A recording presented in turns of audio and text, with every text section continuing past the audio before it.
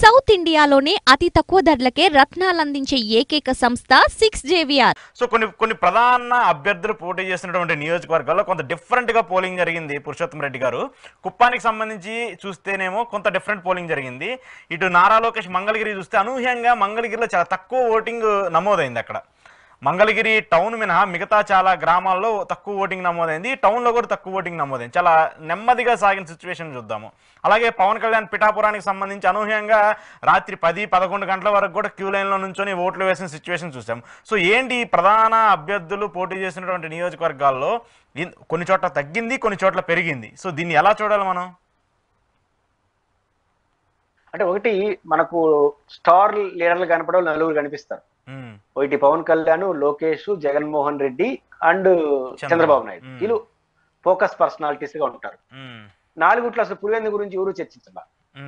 Cross voting జరిగినా MP KCR Congress వాడు MP KCR కానీ అన్నకేయలేదని ఎవరు చెప్పలా. కాబట్టి అసలు జగన్మోహన్ రెడ్డి చర్చలోనే లేడు. అది డిక్లేర్ చేసుకున్నారు అందరూ. కానీ తమాషా ఏంటంటే పవన్ కళ్యాణ్ పైన కానీ లోకేష్ పైన చర్చ జరగమే పెద్ద నష్టం అంట వాళ్ళకి. ఆ పర్సనాలిటీస్ కి చర్చ జరిగిందంటే సంథింగ్ ఈజ్ రాంగ్. అసలు కుప్పం పైన బెట్టింగ్లు జరగడం అనేది చాలా విచిత్రంగా ఉంది. అసలు కేక్ వాగ్గా గెలవాల్సిన కుప్పం నియోజకవర్గంలో ఆ డిబేట్ లోకి రావడం అనేది ఒక చిత్రం అనిపిస్తుంది. ఎక్కడన్నా ఓటింగ్ తగ్గిందంటే ఏ సెక్షన్ ఓటింగ్ తగ్గింది అనేది క్రైటీరియా తీసుకుంటే అంటే అర్బన్ స్వభావం, middle class, upper middle class తగ్గితే తెలుగుదేశానికి నష్టం. రూరల్ సెక్షన్స్, బడుగు బలహీన వర్గాలు, దిగువ మధ్య తరగతి, పేదల్లో తక్కువ ఓటింగ్ జరిగితే వైసీపీకి నష్టం వస్తుందని జనరల్ అబ్జర్వేషన్ చేయొచ్చు. ఆ రకంగా మనం అసలు మంగళగిరిలో ఏది తగ్గింది, ఏది పెరిగింది అదేది ఇటు చూసుకోవాల్సిన అవసరం అయితే. గోదావరి జిల్లాకు సంబంధించి కాపు కమ్యూనిటీ ఉంది కాబట్టి అది పేదల్లో జరిగిన కొంత పవన్ కళ్యాణ్ ఎలా ఉంటుంది అనేది కూడా డిఫరెంట్ యాంగిల్ లో చూడాలి. వీళ్ళ ముగ్గురులో చర్చ జరుగుతుంది కానీ జగన్మోహన్ రెడ్డి అసలు చర్చలోనే లేడు. అంటే అది వాళ్ళు ఓవర్ డిక్లేర్ జగన్మోహన్ రెడ్డిని పట్టించుకునే పరిస్థితి లేదు. ఎందుకంటే ఆయన అది వన్ సైడ్ గా గెలిచే సీటు కాబట్టి దాన్ని ఆయన కన్సిడర్ కూడా చేయరా.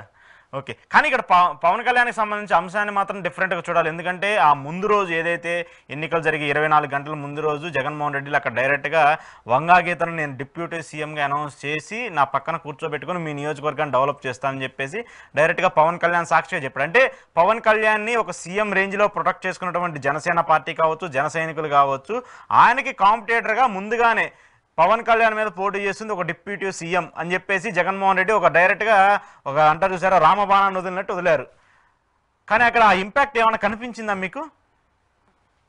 అంటే ఒక్క చోట పనిచేసి ఉంటుంది. ఏంటంటే ఎవరు ఓట్లో వేసుకుంటారు, ఒక సెక్షన్ ఆఫ్ పీపుల్ ఏం ఆలోచిస్తారంటే పవన్ కళ్యాణ్ ఒక పర్సనాలిటీ, రేపు తెలుగుదేశం మిత్రపక్షాల అధికారంకి వస్తే ఈయన ఒక ఫోకస్ పాయింట్ లో ఉంటాడు, అట్లాంటి వ్యక్తి మా ఎమ్మెల్యే అయితే మా నియోజకవర్గం కొంత మోర్ డెవలప్మెంట్ అవుతుంది, అదే వంగాగీత అయితే జనరల్ ఎమ్మెల్యే అనేది ఒక అంచనా. ఇట్లాంటి వాళ్ళు ఒక చిన్న సెక్షన్ ఉంటుంది, పెద్ద సెక్షన్ కాదు.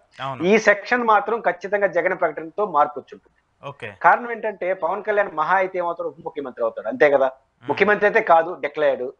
ఉప ముఖ్యమంత్రి దట్టు మిత్రపక్షం.